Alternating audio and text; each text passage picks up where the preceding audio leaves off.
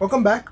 Today, I would like to talk to you about one of the biggest lies out there, if not the biggest lie out there in the world that you have been told about. And the topic of today's video is about, the fallacy of the law of attraction.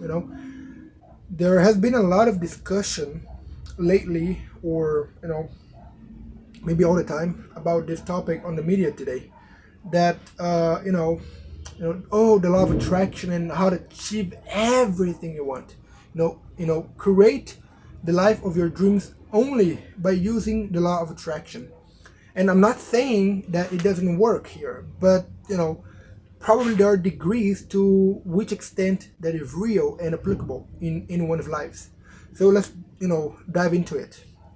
But before I go on with the video, if during the video can relate to anything I say here, make sure you subscribe to the channel, and then let's keep discussing about things that come to our minds. And you can also write down in comments below about suggestions of videos that I could record here, that are going about topics that are going on in your mind. All right, so let's keep going then. All right, let's say so. They say you have to think positive. They say if only you would go the extra mile, if you would think more positive, if you would, wake up earlier and do more than other people are doing, then only if you would do that, then success would be right around the corner, and then you would be able to, achieve the life of your dreams. But my question here is it really that way? Is it really the way it is supposed to be? If only you do, things, a little more than other people are doing, then success will follow. Probably not, and here's why. Let's see. Let's put it in two different perspectives here for you. Let's see on one hand and then on the other hand, right? So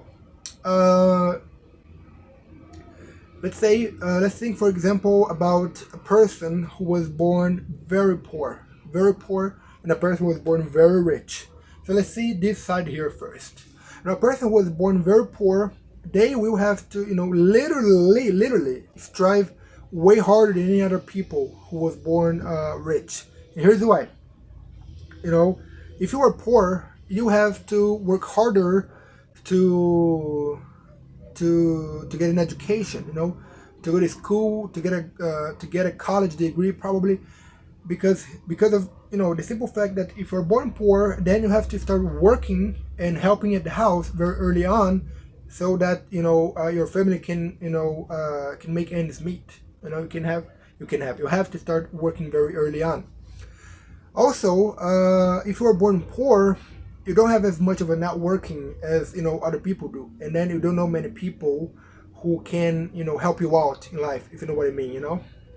Because it is all about the amount of networking you do. If you know a lot of people, they can help you get a job here or a job there, whatever, and then you can be successful.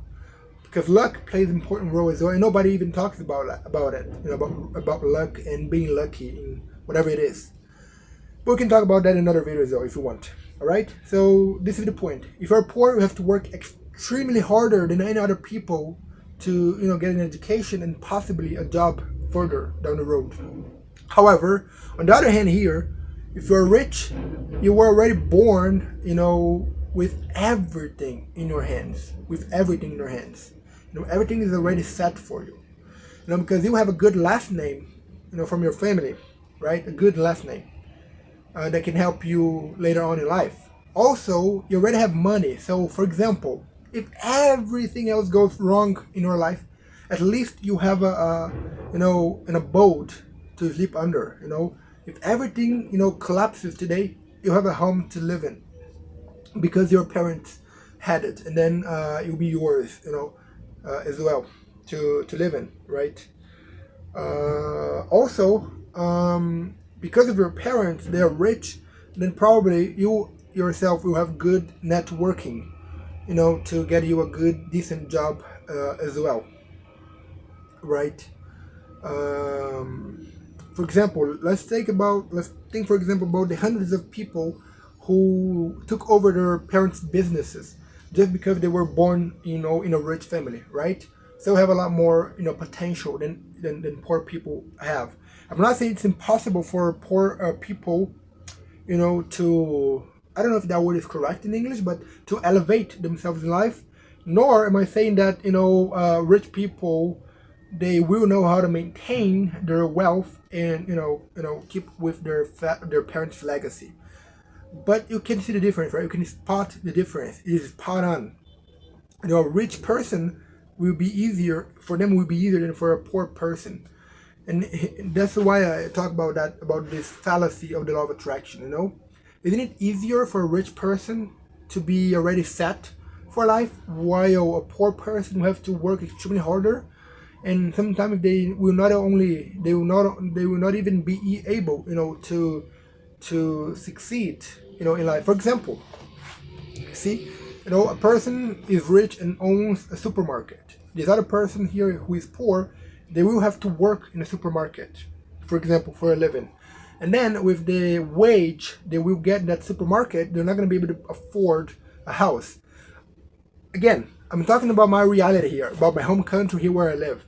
That's why I told you in the beginning of the video. If you can relate to anything I say here, let me know in the comments down below, because I do not know where you're watching this video from. If you're in the United States, if you are in France, in Portugal, whatever. I'm talking about my reality here.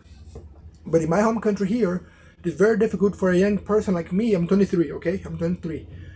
It's extremely hard for a 23-year-old normal person with a paycheck to paycheck job to buy your first house. And that's why sometimes I get pissed with this subject. Oh, the law of attraction. I think it's more of a fallacy in a lot of ways. It can work, of course. You have to think positive. You have to try to work for the dreams you want to achieve. But be careful what you believe in, okay? That's my point today. And if you could relate to anything I talked about here today, just make sure you subscribe to the channel. Let me know about it in the comments down below. All right? See you in the next video. Bye bye.